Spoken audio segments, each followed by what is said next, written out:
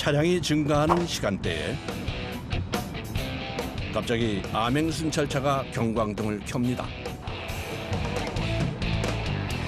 차량 같은 경우는 좀 후면부에 썬팅이 쉽게 돼 있잖아요. 들어올 때 차량 암 전면부 유리를 보니까 조수석 속에 사람이 안 탄 걸로 봤거든요. 제가 봤을 때는 6인이 탑승 안 한 걸로 보여요. 그래서 일단 세워서 확인을 해보겠습니다. 승합차가 버스 전용 차로를 이용하려면 6명 이상이 타고 있어야 하는데요. 저 짐을 잔뜩 싸놨잖아요, 제가. 정확히 확인하기 위해 차량 내부를 직접 살펴보기로 합니다. 저쪽으로 들어오세요, 저.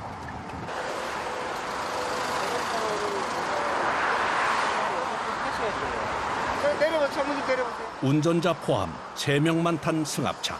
버스 전용차로 위반입니다. 결점이 있어서 어떤 이거 운전을 해야 될 입장이라. 전에 버스 전용차로 위반하셨던 거예요? 네, 제가 벌점이 없으니까 제 걸로 좀 벌점을 내주시면 안 될까 해서. 그럼 큰일 나요. 안 되죠? 운전자만 선생님, 안동원 선생님이잖아요. 그죠? 그건 아니에요. 외모칼에 사인해 주는 겁니다. 바로 운전을 못하는데요. 안타깝긴 하지만 자신의 잘못은 스스로 책임져야 하기에 7만 원의 범칙금과 30점의 벌점이 내려졌습니다. 그리고 이곳에서도 빠지지 않는 과속 운전자. 보면은 어느 정도 보여요. 이제 특히 이제 과속차 같은 경우는 싹 달려오는 속도가 있기 때문에 그런 걸 이제 위주로 해서 또 단독을 촬영을 하고 있고요. 항상 긴장을 하고서 운전을 해야죠. 갓길로 하고서 막 비가 내리기 시작하는 가운데 차량 한 대가 빠르게 움직입니다. 그래서 왔다 갔다 하는데 남편 운전하는데 속도를 줄이는 다른 차량들과 달리 오히려 가속 페달을 밟으며 지그재그 운전에 이어 급정지까지 사고가 날 수 있는 상황이 계속되는데요. 지그재그 운전을 그래서 속도 위반하면서 이게 남편 운전했죠. 증거 촬영을 마친 후 다른 운전자의 안전을 위해 문제 차량을 신속하게 멈춰 세웁니다. 갓길이라 위험하기 때문에 단속은 3분을 넘기지 않는다는군요.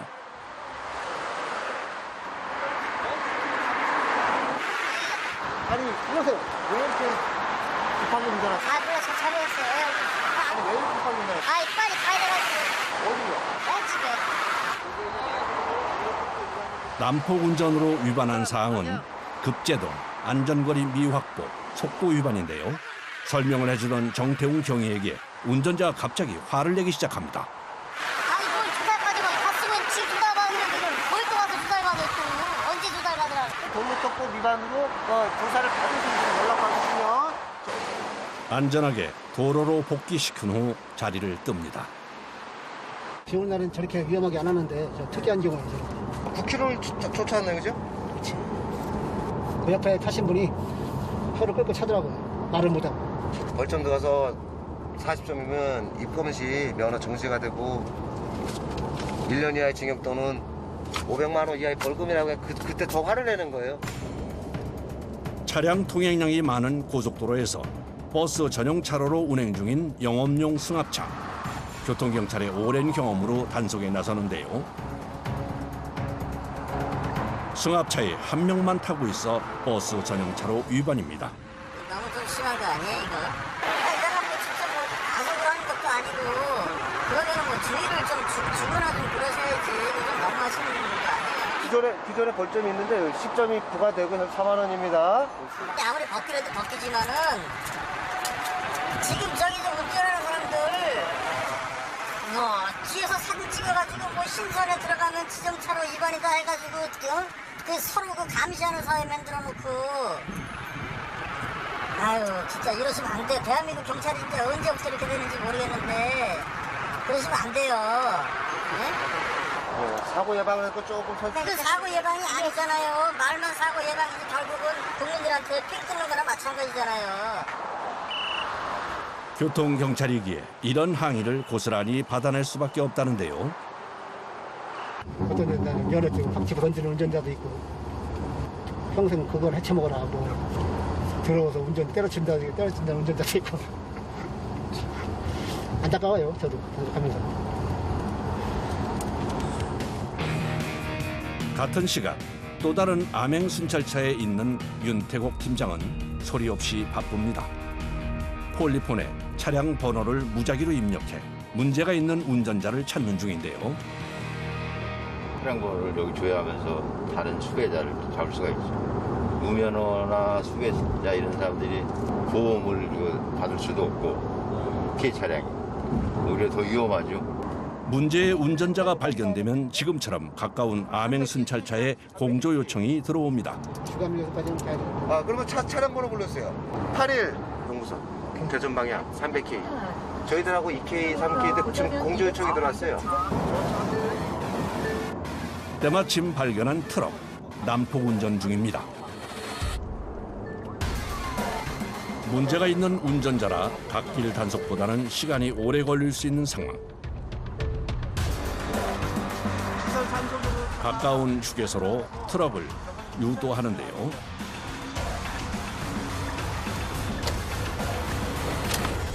수도 꺼주세요. 알겠습니다. 뭐 급한 일 있으셨어요? 아, 지금 상처가 상당해갖고 지금 가는 중이에요. 상치가 하세요? 네. 일하다가 전화 급히 막 가는 중이에요, 지금. 상당하신 기가 이거 주민등록증요? 없어요. 지금은 안 갖고 왔어요. 안 갖고 왔어요. 죄송합니다. 이제 막. 차는 누구 차예요? 제 차예요. 바빠갖고 지금. 운전면허 있으세요? 네. 면허증 집에 있고. 면허증 집에 있어요? 집에 있고요. 네. 성함이 어떻게 되세요? 예. 생년월일은 어떻게 되세요? 운전자 하신 적 있으세요? 없어요. 아, 옛날에 했었지, 한 번은. 옛날에? 한 7년 전 정도 했어요. 여름 최고의 보양식 민어. 목포 앞바다 산지 직송. 400g 푸짐한 한상.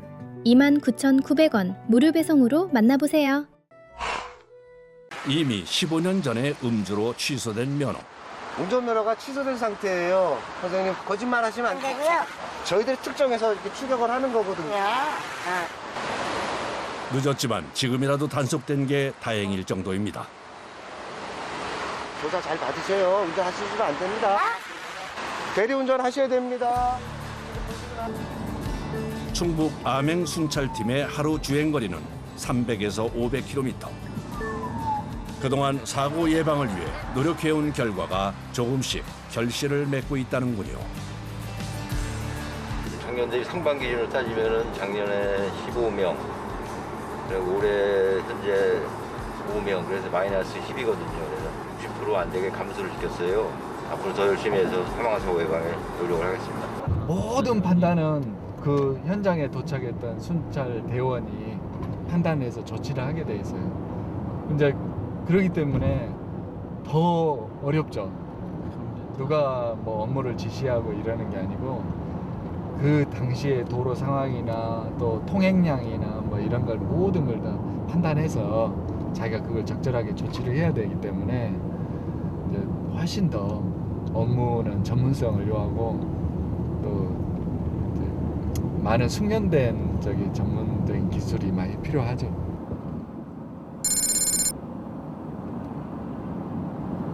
버스 정차로는 백미러를 보고 다 단속해요.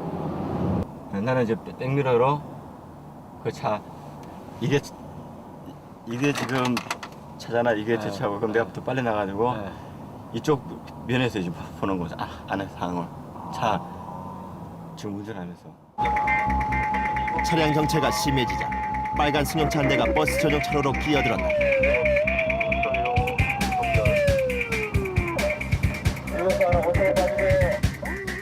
위반 차량을 안전하게 갓길로 유도하기 위해서 순찰대원은 앞뒤는 물론 좌우의 차량들에도 시선을 뗄 수가 없다.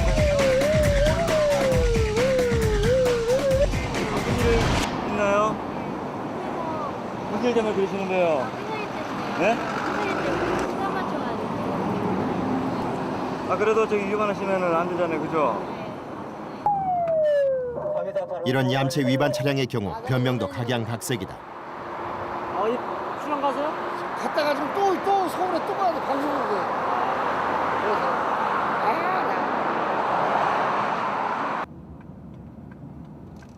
앞에 위반하지 마세요, 아저씨. 나와보세요, 잠깐만요. 그럼 저 길은 뭔데요? 네? 갓길이에요, 혹시 말대로. 갓길이지만은 차는 진행하면 안 돼요. 비상용 차들이 진행하는 것입니다. 갓길 주행 가능하다고 안성 IC까지 써 있는 거군요. 부분 있잖아요. 그 구간에 그 구간 지금 끝난 데 아닙니까? 그 앞에는. 갓길이라고 들어와 거기는 그 휴게소를 통해 가지고 들어가야 되는데 선생님 그 휴게소를 들어가지 않고 바로 그냥 안전지대로서 바로 들어온 거 아닙니까? 근데 지금 얘기하시면 갓길이라고 얘기하셨잖아요.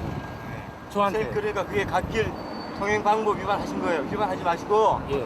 정상적으로 다니세요. 갓길 통행 구역만 다니십시오. 예. 개도 조치해 드릴 테니까요. 예, 죄송합니다. 선생님께서 이 갓길 통행 위반해갖고 범칙금 6만원에 벌점 30점 들어가시면 선생님 기분 나쁘시죠?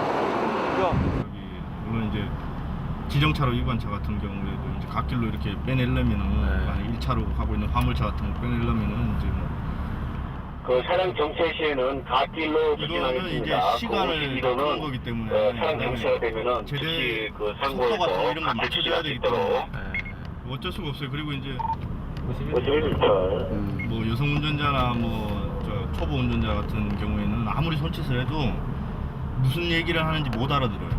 그러니까 안 나간다고 차가. 그리고 이번엔 낙하물 사고 신고가 접수됐다. 앞서가던 차량에서 파편이 떨어져 운전석 유리창에 깨졌다는 신고다.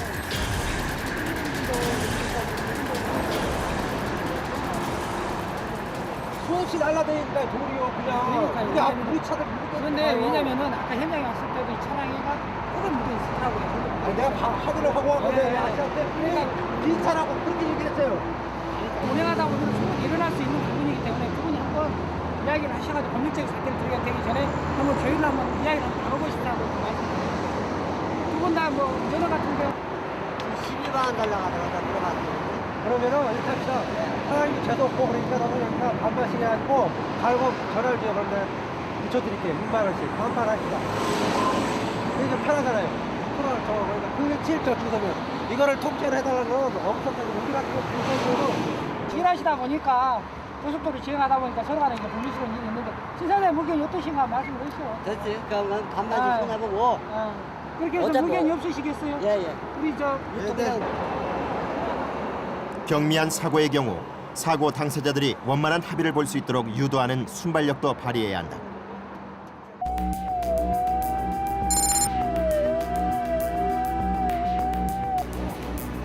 고속도로에서 무엇보다 순찰대원들을 바짝 긴장시키는 것은 바로 교통사고다.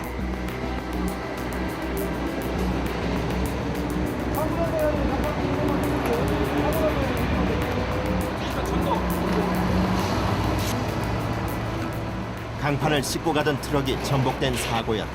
먼저 피해자가 있으면 피해자 구호가 제일 우선이고 그 다음으로 저희가 피해자가 없으면 소통하기를 제일 우선으로 합니다. 소통을 제일 먼저 해야지 뒤에 후속 사고가 예방되기 때문에 항상 소통 위주로 근무하고 있습니다.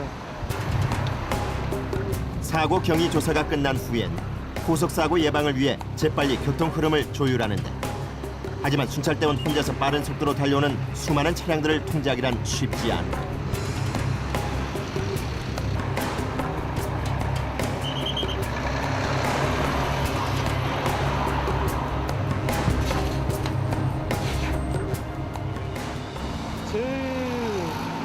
최초 현장에 도착했을 때는 차량들이 속도가 있어서 위험한데 일단 차량 정체가 시작되면 뭐 이 정도 위험하진 않은 것 같습니다. 속도가 일단 줄기 때문에. 근데 최초 현장에 도착했을 때는 차가 쌩쌩 달리기 때문에 그 차량들 속도를 줄이는 게 가장 위험한 것 같습니다. 이뿐 아니라 위급한 상황에서 도로 정체 역시 곤혹스럽다. 위급을 놔두면 이런 게 빨리 가야 되는데 현실적으로 도로 여건이 그렇게 안 나와요. 여기 서울 톨게이트 지나가지고 또 신갈 그 분기점까지는 또 가변차로라는 게 생겨가지고 갓길을 없애버리고 이 교통 체증이 워낙 심하니까 소통을 시켰다고요. 그러니까 갈 데가 없어요. 순찰차가 이제 갈 데가 없어. 그러니까 같이 서 있는 거야. 뭐 신고가 들어와도 같이 서 있어요. 그러니까 일단 뭐 워낙 이게 체증이 심하니까 일단 뭐 그렇게 뭐 비상 라이트. 차에 타가지고 갓길로 밀어요. 갓길로 밀어. 차에 타가지고 갓길로 밀라고 갓길로.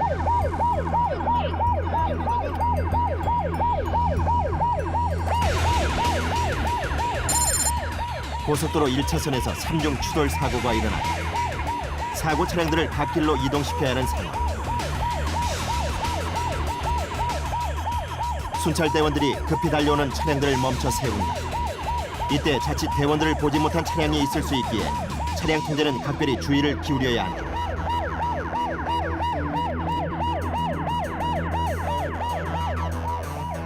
재빨리 갓길로 이동된 차량.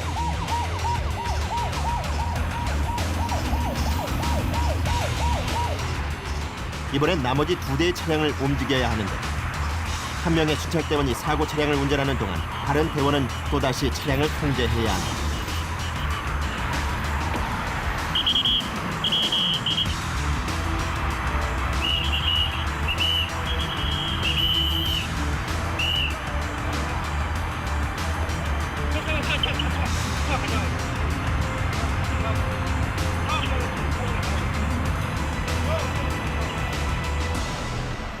도로의 안전을 위하는 일이지만 매번 대원들에겐 목숨을 거는 작업이다.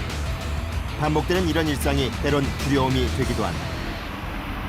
신갈 정류장 쪽 상출 쪽으로 그 변마 생명이 담보로 다 통과시켜. 일을 하기 때문에 마음의 부담을 많이 느끼고 운전을 해요. 근데 그게 일반 운전자보다는 훨씬 심해요. 네.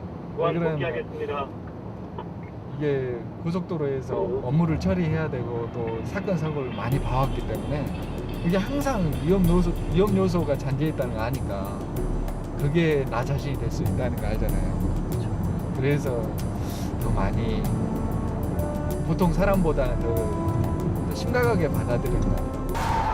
신고 내용은 택시 내 탑승객이 택시 운전자를 폭행하고 난동을 부려서 운전을 못하겠다는 신고 내용이었습니다. 그래서 저희들이 현장에 도착해 보니까 택시가 저쪽에 순찰차 옆에 원선 차로에 정차되어 있는 상황이고, 저희들 보니까 현장 도착해서 보니까 사고 날 우려가 아주 농후해 갖고 이 순찰차를 20m 정도 빼 갖고 이쪽 갓길하고 차로 중간에 방패막이를 막았습니다. 방패막이를 막고 그때 수직한 그 홍성도 경사는 후방 조치를 하고, 저는 앞에 상황을 파악하기 위해 갖고 지금 어떻게 됐는지 상황을 파악하고 있는 도중에 그때 대형 화물차가 졸음 운전으로 인한 전방 주시 태만으로 그대로 돌진을 해버려 갖고 순찰차를 받고 그 여파로 인해 갖고 앞에 있는 차량까지 다 밀어버리는 상황입니다. 당시에 만약에 순찰차가 없었다면은 인명피해가 엄청나게 됐었습니다. 이렇게 고속도로에서 다치고 사망하는 순찰대원은 매년 평균 20여 명이 넘을 정도로 많다. 그만큼 대원들은 목숨을 걸고 고속도로의 안전을 지키고 있는 것이다. 사고 이후에 어떻게 좀 다른 데로 발령받고 싶다 그런 생각이 좀 안 드셨어요? 당연히 들었죠. 당연히 들었는데 제 아니면 또 누군가라도 여기 또 어떤 경찰관이건 다른 경찰관이 하긴 해야 되잖아요. 그래서 제가 앞으로 경찰관 생활 많이 남았는데 그렇다고 해갖고 주저앉고 피할 수는 없겠더라고요. 끝까지 제가 또 여기 왔으면 최선을 다해서 계속 근무를 해야 되겠다는 생각, 그것 때문에 지금 계속 근무하고 있습니다. 순찰대에게 고속도로는 직업을 넘어선 책임감인 것이다. 하루 24시간 도로 위에서 생활하는 대원들. 그래서 양치질도 휴식도 모두 고속도로에서 해결한다. 이 역시도 잠시 허리를 펼 정도의 시간뿐 여유는 없다.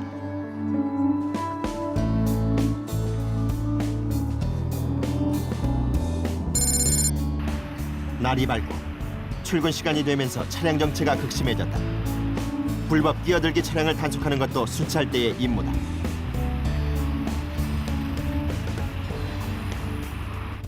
과속을 막 오다가 그 빠지는 쪽으로 갑자기 이제 끼어들기 하는 경우가 많다고. 그렇죠. 그리고 상당히 위험성이 있는데 일반인들은 그냥 바쁘다 보니까 그냥 막상 단속을 해도 막 바쁜데 뭐 어떻게 하냐고. 또 단속을 하려면 저 뒤부터 하지 왜 저 여기서부터 하냐고. 어려움이 많아요. 고속도로는 우리에게 편리한 길이지만 잘못 이용하면 목숨을 잃는 위험한 곳이기도 하다. 그래서 단 한 명의 안전이라도 소중히 여기는 고속도로 순찰대는 잠시도 긴장을 놓을 수가 없다. 국민들이 안전하게 고속도로를 이용할 수 있도록, 또 위험에 처한 이들에게 도움이 될 수 있도록 그들은 오늘도 고속도로를 지키고 있다. 제가 제가 알고 있는 정보와 또 제가 알고 있는 지식을 갖다가 모르는 사람들한테 가르쳐주고 또 일반 시민들한테 위험성을 갖다가 조금이라도 작게 해서 안전하다면 그게 제 보람이라고 생각합니다. 국민들도 그 사고 나면 고속도로 사고 나면 대형 사고도 많이 나고 그런데 국민들도 사망 사고라든가 교통사고 없는 나라가 좀 됐으면 합니다. 고속도로 순찰대에 근무하는 여러분들 무사히 하시지 마시고 좋은 일만 있기를 바라겠습니다. Like you know the band